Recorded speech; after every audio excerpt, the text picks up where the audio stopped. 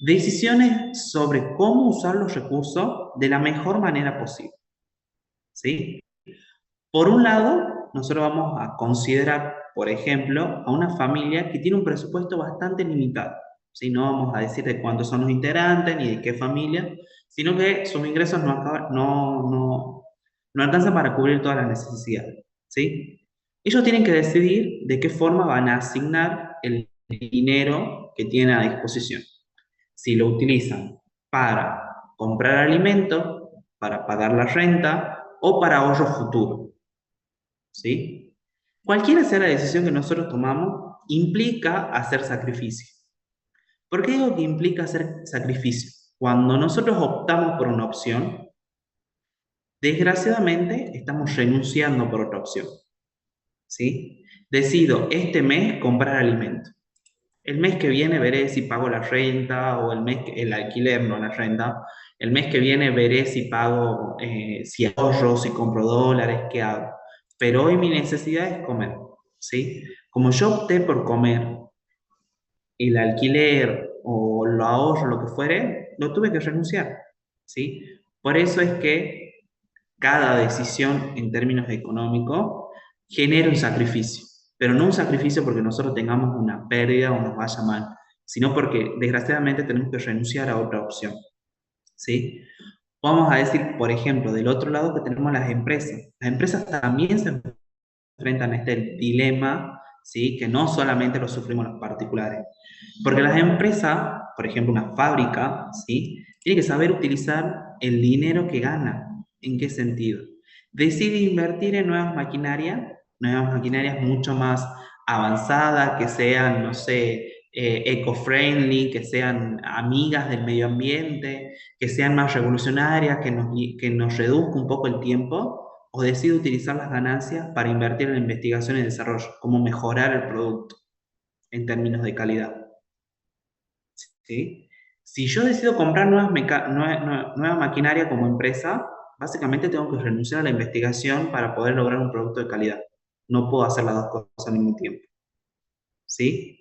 Entonces nosotros tenemos que saber que en el camino hay ventajas y desventajas. ¿Sí? Y los recursos nos obligan a ir por un camino o por el otro.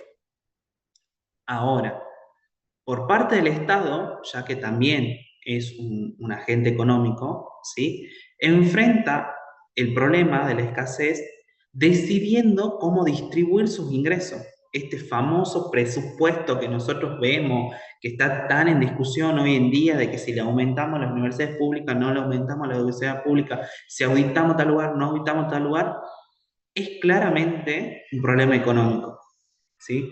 Porque el Estado tiene recursos limitados. Entonces, el Estado, ¿sí? Tiene que saber priorizar ciertos sectores. No me voy a poner en hacer un valor de juicio si es que el Estado actual está haciendo bien o mal, pero por lo general, cuando nosotros decimos que el Estado debe priorizar ciertos sectores, automáticamente nosotros pensamos en educación, salud, ¿sí? Y infraestructura de vivienda, ¿sí? Eso vamos a decir que es la primera cuestión que nosotros tenemos que decir que el Estado debe, ¿sí? Garantizar, ¿sí? Entendemos bien cuál es el problema económico, ahora ya desmenuzado, ya no tanto los recursos son ilimitados y son limitados y las necesidades ilimitadas. Ahora nosotros vamos palpando un poco más por qué decimos esto, ¿sí? Bien, esto. Bueno, el circuito económico ya se lo expliqué, atrás se ve ahí como una imagen, ve que siempre va girando, se van entrelazando, ¿sí? Por lo que yo ya había explicado recién, pero ahora nos vamos a adentrar en esto de qué es la oferta y la demanda. ¿Sí? Esto que yo dije recién, cuánto producto pongo a disposición y cuánto estoy dispuesto a comprar. Bueno, veamos cómo funciona. Básicamente, la oferta y la demanda, ¿sí? Son las fuerzas que determinan en cómo se fijan los precios dentro de un mercado, ¿sí? La ley de la demanda establece que si los precios de un bien suben, ¿sí? La cantidad que la gente está dispuesta a comprar disminuye. ¿sí? Si el precio sube, la cantidad de bien que la gente, el particular, la familia, ¿sí? está dispuesto a comprar, disminuye, ¿sí? Pasa al revés. Si el precio baja, ¿sí? La cantidad que la gente requiere, el particular requiere o la familia requiere, aumenta, ¿sí? Esto se debe a que los consumidores buscan gastar su dinero, por así decirlo, de una forma mucho más eficiente o de la forma más eficiente posible. Nunca vamos a encontrar una forma correcta, pero sí de la forma más eficiente posible, ¿sí? Por ejemplo, si el precio de las entradas de cine baja, ¿sí? Muchas personas van a querer ir al cine porque es un servicio bastante accesible, ¿sí? Lo cual va a hacer que la curva de la demanda en cuanto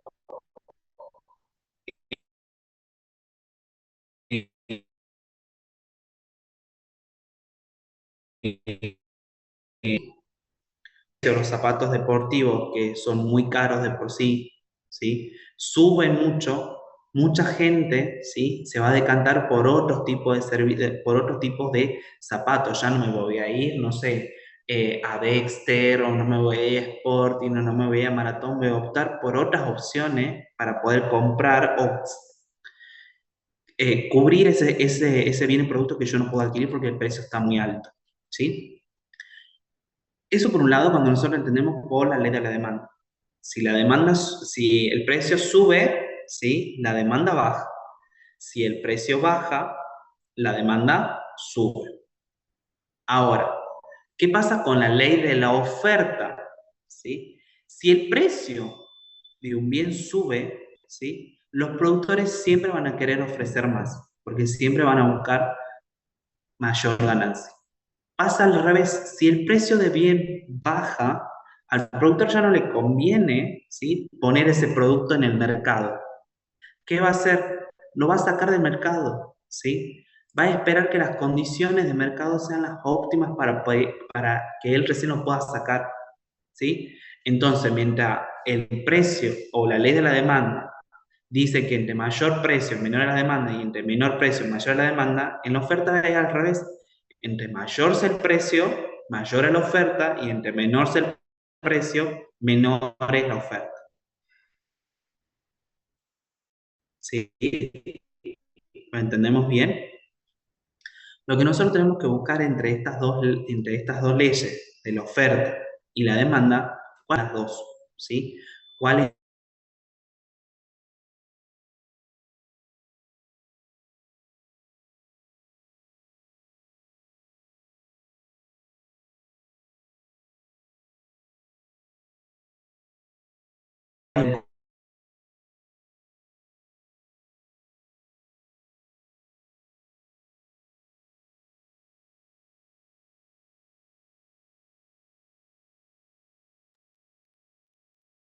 Profe, disculpe, a mí se me corta la grabación, no sé si a todos les pasa igual. Sí, también a mí. pero no sabía que que me estaban grabando. Punto número uno.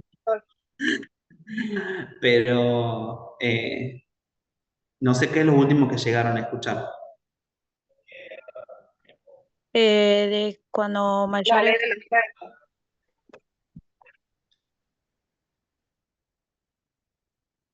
Yo voy a apagar mi cámara, a ver si de esa forma tengo más estabilidad. ¿Ustedes me escuchan ahí? sí, Bien. sí, Le profe. Sí, preguntaba sí. que no sé qué es lo último que han llegado a escuchar. Hasta la ley de la oferta. Bien.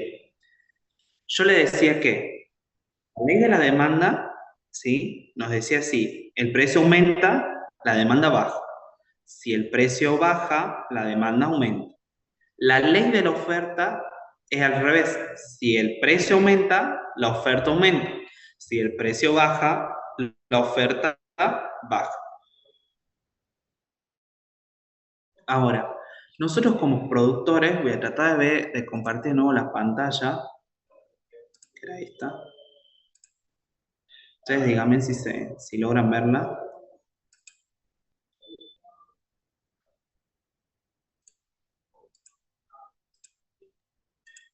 Sí, profe.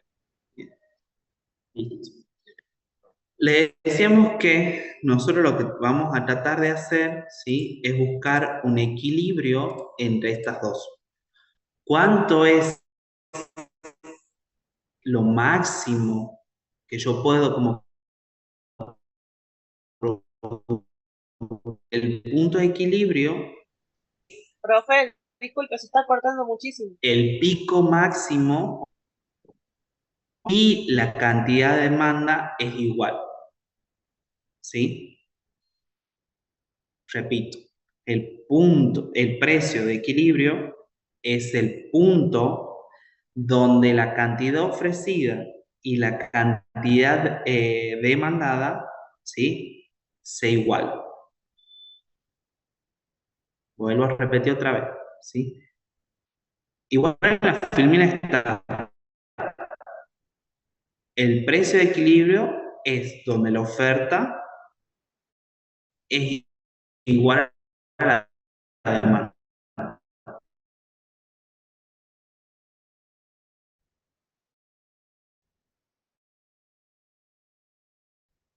teniendo una sobreproducción. ¿Sí? ¿Entendimos bien? Yo no sé si es mi internet o se han quedado muteados. Sí, entonces, sí, Sí, sí. por ahí se corta, profesor, lo suyo, pero se entiende el 90%, digamos. Ok. Sí, chicos, perdón, es que estoy en la universidad y el wifi de la universidad, como ustedes sabrán, es bastante pero bueno, continuemos. Una vez que nosotros ya hemos visto cuál es la oferta de la demanda y ya hemos visto cuál es la oferta cuál es la ley de la oferta, ¿sí? Vamos a ver ahora qué es esto de la elasticidad, ¿sí? Nosotros vamos a decir que como elasticidad es un concepto que nos muestra cuánto cambia la cantidad demandada o ofrecida. Cuando cambio, ¿sí? En uno de sus determinantes, como por ejemplo el precio, ¿sí? Vuelvo a decir, la elasticidad, ¿sí? Como concepto, nosotros vamos a decir que muestra cuando cambia la cantidad demandada, cuando hay un cambio en una de sus determinantes, que vamos a decir que es el precio, ¿sí? Esto es crucial para que nosotros podamos entender cómo reaccionan los consumidores y los productores a los cambios del mercado. Por ejemplo, vamos a poner el ejemplo de la pandemia. Cuando vino la pandemia, todo el mundo salió a comprar papel higiénico y agua y alcohol a los distintos supermercados. No sabemos por qué, pero todo el mundo salió corriendo a comprar eso. ¿Qué han hecho los productores? Como hay mucha demanda o mucha oferta, ¿sí? Ha aumentado los precios. Nosotros como consumidores frente a una pandemia nos hemos sometido a esa suba de precios de esos productos y lo mismo lo hemos comprado, ¿sí? Podríamos decir que hay un punto de equilibrio, sí, hay un punto de equilibrio con cierta, eh, eh, cuando uno no me sale la palabra ahora, pero no quiero decir una burrada, iba a decir cuando uno se abusa, pero no es cuando uno se abusa. Bueno, no me sale la palabra, pero nosotros hemos Aprovechan. consentido. Ahí está, no me salía la palabra, gracias Sol. Nosotros, los productores se aprovecharon de esa situación y nosotros como consumidores mismos hemos consentido esa situación, ¿sí? Bien, ahora, la elasticidad del precio, ¿sí? De la demanda se mide cuando varía la cantidad demandada antes del cambio de ese precio. Entonces, para nosotros poder determinar cómo se ha estirado el precio para arriba o para abajo, nosotros tenemos que marcar un punto de inicio, ¿sí? Que el punto de inicio nos va a marcar el último precio de ese producto, ¿sí? O cuando nosotros queremos calcular, por ejemplo, el índice del precio del consumidor, bueno, vamos a decir con respecto a qué mes. Al mes de noviembre del 2023 a noviembre del 2024 vamos a calcular la elasticidad del precio. A ver cuánto ha bajado, si hubo inflación o no hubo inflación, ¿sí? Por eso repito, la elasticidad del precio de la demanda se mide cuando varía la cantidad demandada antes del cambio del precio. ¿Qué quiere decir todo esto? Si un producto tiene una demanda elástica, ¿sí? Tiene un pequeño aumento de precio, podría causar una pérdida en la cantidad de demanda, ¿sí? Esto es algo que los productores los tienen muy analizado. Si yo veo que el producto de algo sube, es muy probable que la cantidad de ese producto, ¿sí? Que los consumidores quieren consumir, baje, ¿sí? En cambio, si un producto tiene una demanda inelástica, ¿sí? Como los medicamentos esenciales, los consumidores lo vamos a seguir pagando, ¿sí? ¿Qué quiere decir demanda inelástica? Que no hay forma de medirlo porque son productos y bienes esenciales, ¿sí? Necesarios. Entonces yo sí o sí lo mismo lo voy a consumir, ¿sí? ¿Vamos bien? Por un lado vamos a tener elasticidad en el precio, por otro lado vamos a tener demanda inelástica, ¿sí? Ahora, ¿cuándo nosotros vamos a encontrar una elasticidad que sea útil a la sociedad? Cuando los gobiernos y las empresas, ¿sí? utilicen este índice para poder decidir si aumentar los precios o si el aumento del precio, ¿sí? afectará mucho o no la cantidad que nosotros vamos a requerir, ¿sí? Entonces, repito, esta información del estudio del índice de elasticidad en el precio o elasticidad en la demanda, ¿sí? va a ser útil siempre y cuando nosotros nos permita decidir como productores, como fabricantes o como consumidores, ¿sí? si vamos a seguir consumiendo ese producto o nos vamos a consumir otro producto o directamente lo dejamos de consumir, ¿sí? Cuando nosotros decimos que hay demanda elástica, hay un gran cambio en cantidad, ¿sí?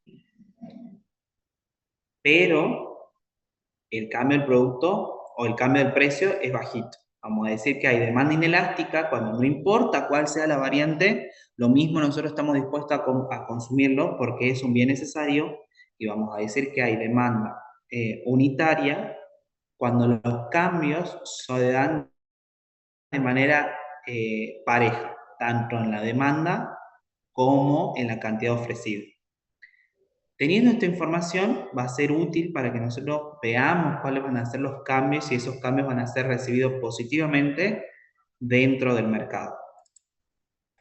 Ahora, cuando nosotros ya entendimos bien cuál es el concepto de elasticidad, vamos a saber cuál es el precio, perdón, cuáles son los tipos de elasticidad. Nosotros vamos a encontrar que existen tres tipos que a nosotros nos interesan. Por un lado, vamos a decir que la elasticidad está del precio que yo le decía recién, ¿sí? Como ya habíamos visto, mide la reacción de la demanda ante el cambio del precio. Por ejemplo, el pan, ¿sí? Si el pan sube ligeramente, es muy probable que la gente siga comprándolo, ¿sí? Porque tiene una demanda, ¿sí? inelástica. Ahora, cuando nosotros vamos a decir cuál es la elasticidad e ingreso, nos vamos a referir que mide cómo cambia la demanda de un bien con los ingresos que los consumidores varían. Es decir, por ejemplo, si yo cobro más, cada vez voy a ir consumiendo más bienes. Si yo cobro menos o percibo menos ingresos, los productos o servicios que yo consumo van a ser cada vez más reducidos, ¿sí? Por ejemplo, si yo tengo un buen sueldo, obviamente voy a querer capaz que un celular de alta gama o capaz que una ropa de determinada marca, ¿sí? O relojes caros o joyería, lo que fuera, ¿sí?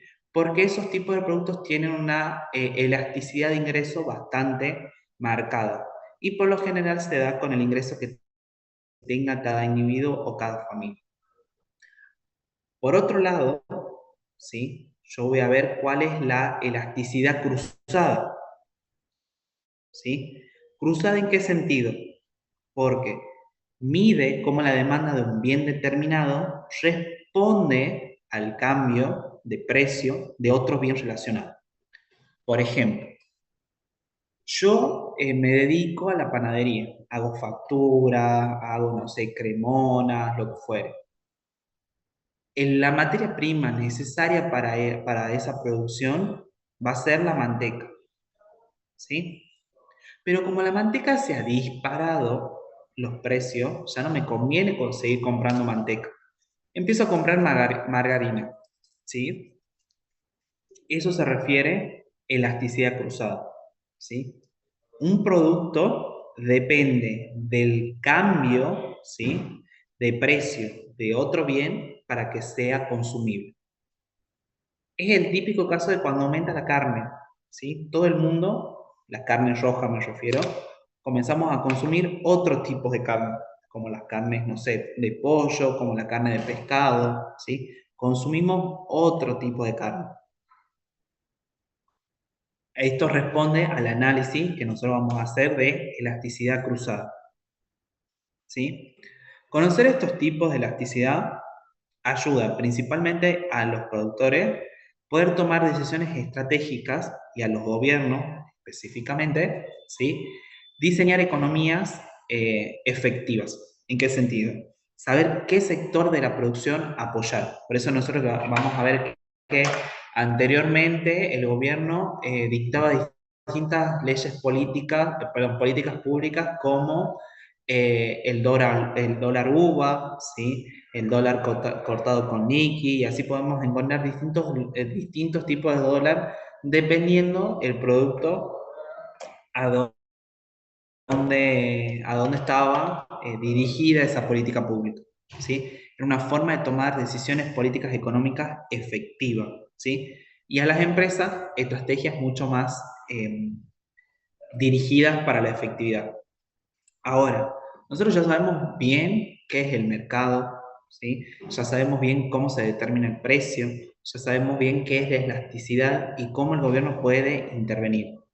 Pero ahora, ¿sabemos cuáles son los tipos de mercado o cómo se estructuran estos mercados? ¿Sí? Nosotros vamos a tener varios tipos de mercado que en Argentina, ¿sí? Muchos de ellos están presentes. Nada más que en determinados sectores, ¿sí? Un mercado funciona más que otro, ¿sí? Los mercados en sí mismos pueden ser muy diferentes. Cualquiera de los que ustedes ven acá, competencia perfecta, monopolio, oligopolio, competencia monopolística, ¿sí? Todos son diferentes entre sí. Y eso depende en cómo están organizados y de cuántos competidores haya, ¿sí? Cuando yo digo que estamos insertos en Filmina, yo les pongo un pequeño concepto de cada mercado y abajo les pongo cuáles son las características, ¿sí? Vamos a decir que estamos dentro de competencia perfecta cuando hay muchos compradores y muchos vendedores a la vez, ¿sí? Y que esta gran confluencia de muchos compradores y muchos vendedores no pueden influir en el precio, ¿sí? ¿Por qué? Porque son productores homogéneos y porque todos tienen acceso a la misma información, ¿sí? Por ejemplo, en Argentina, el mercado del trigo. El mercado del trigo, gracias a la hegemónica o a la buena condición ambiente y climática que tiene a lo largo y a lo ancho de Argentina, todo el mundo puede plantar trigo. Bueno, con excepciones de algunas regiones, como no sé, no pueden cultivar trigo, pero la mayoría de las provincias pueden cultivar el trigo, ¿sí? Y los precios básicamente se van a fijar de acuerdo a la demanda y a la oferta global, ¿sí? No a un determinado sector, no a un determinado comprador, no, de forma global, porque todos tienen acceso a la misma información. Ahora, cuando nosotros hablemos de monopolio, ¿sí? Monopolio, mono viene de uno solo, ¿sí? Precisamente tiene que ver con esto, de que hay un solo vendedor, ¿sí? Que controla todo el mercado. Y si controla todo el mercado, básicamente le permite fijar los precios porque no hay competencia, no hay otro vendedor que le diga yo lo vendo más barato. No, si hay un único producto y ese único producto es explotado por una sola persona. ¿Sí? Ejemplo de los monopolios son los servicios públicos. ¿Sí? Los servicios públicos es una forma de distribución de servicios de monopolio. ¿Sí? En algunos sectores, en Tucumán, por ejemplo, es monopolio, pero si nosotros nos vamos, por ejemplo, no sé, a, a Santa Fe, ¿sí? La distribución de red eléctrica es un oligopolio. ¿Sí? Y ahora vamos a ver por qué un oligopolio, que es otra estructura. Son poquitos los vendedores que determinan el mercado. En Santa Fe, ¿sí? Lo mismo que pasa en Buenos Aires, son distintas las empresas, ¿sí? Que distribuyen los servicios públicos, pero están muy bien individualizadas cuál es el margen de distribución que tienen. Es como decirle, no sé, en Tucumán solamente en Capital va a distribuir EDET. Si nos vamos a Tafí del Valle, la energía la va a distribuir EDET Tafí del Valle, ¿sí? Pero son poquitos los que acceden a ese mercado. No pueden ofertar todos los productores, ¿sí? Y las decisiones que ellos toman como oligopolio están interconectadas. Por ejemplo, acá en la 25 de mayo, donde está la facultad, ¿sí? Tenemos un pequeño oligopolio de venta de comida rápida. Tenemos a Mostaza, Burger King y McDonald's, los tres en una cuadra. Los precios son muy similares y es un oligopolio, porque si vos intentas poner otra cadena de comida en esta cuadra, muy difícilmente puedas competir con ellos si vendes el mismo producto, ¿sí? Porque las decisiones que ellos toman están interconectadas, ¿sí? Otro ejemplo de oligopolio en Argentina podrían ser las aerolíneas. Hay pocos servicios de aerolíneas en Argentina a comparación de otros lugares o de otros países, ¿sí? Esto lleva que las tarifas de bienes y servicios en la competencia, ¿sí? Ellos las sepan antes de lo que realmente el consumidor se puede enterar, ¿sí? Entonces tenemos competencia perfecta, muchos vendedores y muchos compradores y tienen poca influencia en el precio. Tenemos un monopolio donde existe un único vendedor que controla el mercado y por ende puede fijar el precio, ¿sí? Tenemos un oligopolio que hay pocos vendedores dentro del mercado y que sus decisiones están interconectadas, ¿sí? Y que la mayoría de las fluctuaciones que hacen el precio, ellos las saben antes que los consumidores, ¿sí? Y vamos a tener el último, que son las competencias monopolísticas, ¿sí? ¿Qué quiere decir? Muchas empresas compiten, ¿sí? Pero los productos son diferenciados. Como por ejemplo ocurre en las distintas marcas de ropa, ¿sí? Cada marca tiene su propia imagen, lo que le permite fijar los precios más altos o precios más bajos, ¿sí? No es lo mismo ir a comprar, ir a comprar un traje en Ecus que ir a comprar un traje, no sé, en Luciano. Son dos marcas totalmente distintas. O comprar, no sé, ropa en Argentina que ir a comprar, no sé, en el bajo de acá de Capital que se llama Azul. Son dos marcas totalmente distintas que tienen su propia imagen y que por lo tanto pueden fijar precios o más altos o más bajos. ¿Sí? Repito, competencia monopolística, muchas empresas compiten con productos que nosotros podemos decir que tienen características similares, pero que son muy diferenciados. ¿Sí? Que cada uno tiene su propia imagen, ¿sí? Y que por ende les permite tener precios distintos. Ahora, ¿Esta estructura de mercado tiene falla? Sí, claramente tiene falla. ¿Sí? ¿Cuáles son las fallas que nosotros vamos a encontrar en este mercado? Muchas veces los mercados no asignan de manera eficiente, ¿sí?, los recursos con los que cuentan. Y esta situación nosotros las vamos a llamar falla de mercado y que pueden ser de distintos tipos. Tenemos las externalidades, ¿sí?, los bienes públicos, la información asimétrica, ¿sí?, y, bueno, poder de mercado, no me sale el otro.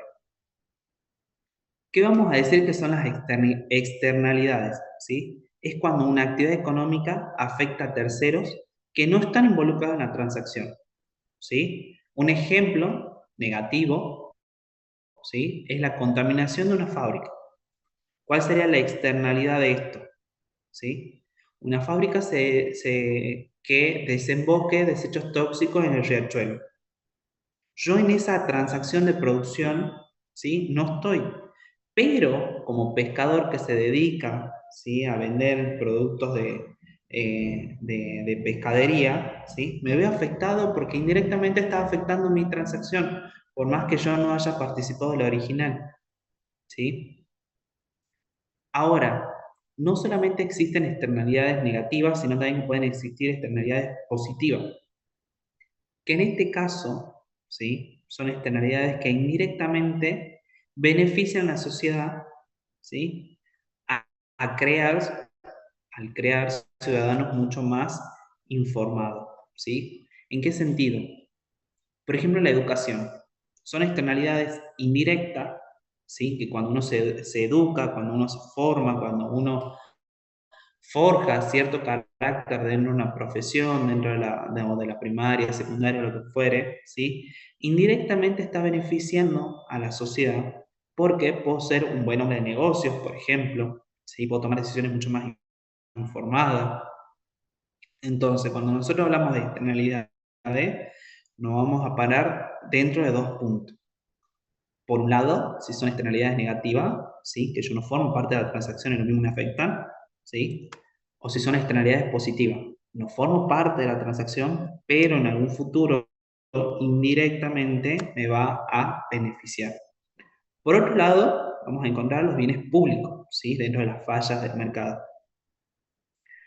Estos son bienes que se pueden utilizar por todos y de los que nadie puede ser excluido, ¿sí? Por ejemplo, el alumbrado público o la defensa nacional, ¿sí?, la defensa de la policía, en donde los mercados privados, ¿sí?, no prevén que no proveen de estos bienes de manera eficiente. ¿Y por qué? Porque no pueden cobrar, no pueden controlar a quién le cobro y a quién no, ¿sí? El servicio de la luz, si uno no paga 1, 2, 3, 4 meses, y en algunos casos, incluso aunque no pagues nunca, ¿sí?, no te la pueden cortar, ¿sí? Entonces imagínate que si a determinados bienes, ¿sí?, lo distribuye una empresa privada, claramente esa empresa privada no va a querer tener pérdida. Entonces ahí aparece el Estado y determina que determinados bienes, valga la redundancia, sean bienes públicos, proporcionados por el Estado. Por esto de que nosotros no podemos individualizar a todos y no le podemos cobrar a unos los que los otros no pagan. ¿Sí? Bien. Por el otro lado, nosotros vamos a tener esto que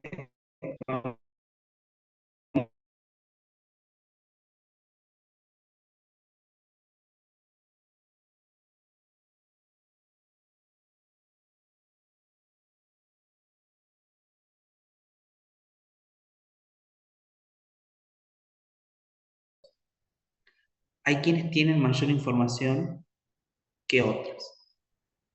¿Sí? En el caso del consumidor, cuando yo voy a comprar un auto, yo, Juan Pablo Sarabia, que soy abogado, voy a comprar un auto, sé las características del auto, puedo decir cómo está compuesto el motor de ese auto. No, no lo sé. Y como no lo sé, quien me lo vende está en una mejor posición. ¿Sí? Por eso vamos a decir que la información en algunos casos puede ser asimétrico, ¿sí? ¿Qué quiere decir? Que en cuanto a información, hay determinados sujetos que están mejor posicionados, ¿sí? Ahora, en esa posición, ¿qué es lo que yo hago? Eso, ¿sí? Que yo digo qué es lo que yo hago, nosotros lo vamos a llamar como desequilibrio, ¿sí? Que nos pueden llegar a tomar una mala decisión. Por ejemplo, como yo no soy expertise en automotor, viene un vendedor y me dice, me lo vende como al mejor auto del mundo, el más avanzado, el que es más veloz, lo que fuere, ¿sí?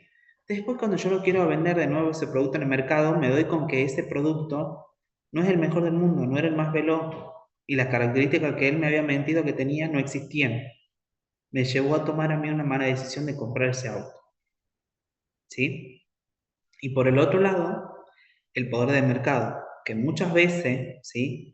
Influye en la capacidad, ¿sí? Del precio. ¿La capacidad en qué sentido? Determina el precio.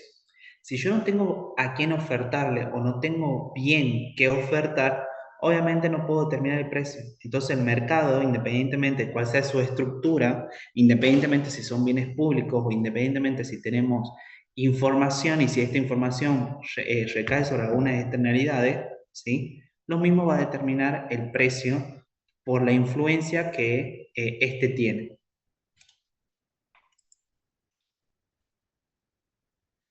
Bien. Por último, y esto ya a modo de cerrar, porque ya me tengo que ir a las 3, tengo que exponer, ¿sí? Vamos a encontrar que el Estado puede intervenir de diferentes formas. Principalmente, ¿sí? Una de las que habíamos visto recién, de los bienes públicos. No se puede identificar a las personas, el Estado directamente es quien los proporciona. Por otro lado son los impuestos, ¿sí? Y subsidios. Impuestos entendidos como restricciones o barreras para poder insertarse, ¿sí? En el mercado local. Y subsidios van a ser ayudas o facilidades que el Estado le va a proporcionar, ¿sí? A los distintos agentes del mercado para que se puedan insertar dentro del mercado, ¿sí? Estas dos cuestiones, bienes públicos, impuestos o subsidios, va a venir de la mano con regulaciones, ¿sí? Regulaciones por medios de leyes, por medios de decretos, por medios de resoluciones, que organice, ¿sí? Al mercado en sí mismo hasta los límites que éste pueda intervenir, ¿sí? Ha sido una clase bastante corta, espero que se haya podido entender un poco el tema que quería dar hoy, ¿sí? Pero es un tema que se va a entrar en el parcial, ¿sí? Hasta el límite que yo lo llegué a dar. Lo que no haya llegado a dar a esta unidad no va en el parcial, ¿sí? En el transcurso del día, cuando termine, esperen que sigo hablando. En el transcurso del día, cuando termine la jornada de hoy de investigación, les subiré el PowerPoint y la biografía de hoy, ¿sí? Sí, Bien, profe, profesora. ¿puedes repetir la fecha de parcial si es que la dijo? No lo dije, es el 28 el parcial. Bien, gracias. Nada. Bien, chicos, son libres. Nos vemos en la siguiente clase, que vamos a desarrollar unidad 7 y después en unidad 8. Profe, ¿no va a Gracias. facilitar el Power? Sí, acabo de decir eso 3 Bien, veces. bien, perdone que justo se me corta un poco. Está bien, gracias. Chao. Hasta luego. Hasta luego, Chao, profe. profesora.